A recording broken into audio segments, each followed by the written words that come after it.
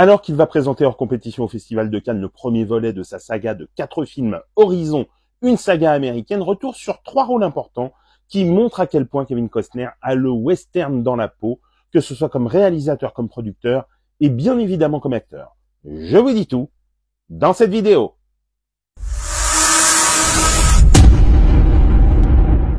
Salut à tous, dans cette nouvelle vidéo, je vous parle de Kevin Costner et de son implication dans son genre fétiche, le western, à travers les années.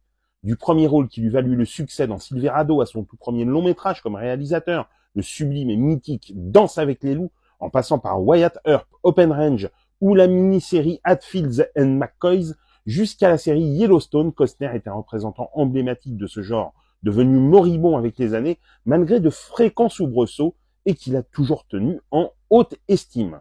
En 1994, Lawrence Kasdan réalise Wyatt Earp, une fresque épique de plus de 3 heures qui retrace la vie d'un personnage mythique, interprété par Kevin Costner, qui 3 ans plus tôt a triomphé avec Danse avec les loups, qui lui avait rapporté rien moins que 7 Oscars.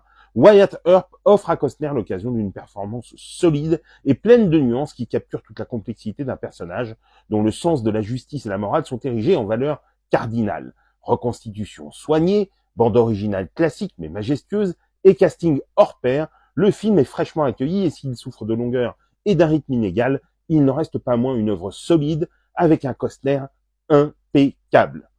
En 2003, Costner retourne à la mise en scène avec Open Range, un western d'abord classique, ayant pour thème l'honneur, la justice, l'amour et l'amitié. Devant la caméra, Costner lui-même, le vétéran Robert Duvall et la comédienne Annette Bening livrent des prestations solides dans un film lyrique où Costner convoque le fantôme de Ford et livre un western dantesque, sublime et humaniste, tout en offrant un rôle magnifique à Robert Duvall, leur alchimie d'ailleurs à l'écran étant palpable.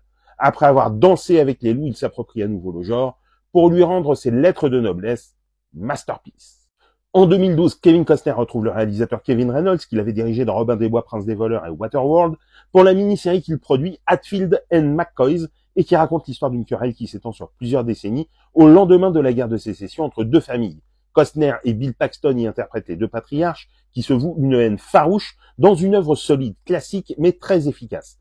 Costner, producteur, aime encore et toujours le western, ça se sent et ça se voit, et il raconte en filigrane des histoires de famille dans l'Ouest américain et capture un peu de l'âme des pionniers. Hatfields and McCoys est une mini-série captivante à la production soignée et à la reconstitution historique impressionnante.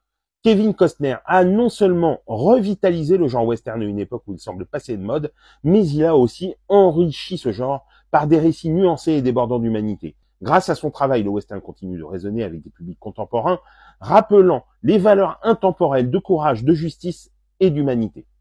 Dites-moi en commentaire quels sont vos westerns préférés avec Kevin Costner, et sinon si cette vidéo vous a donné envie de les découvrir. Et pour des conseils ciné, séries, livres, n'oubliez pas de t'abonner.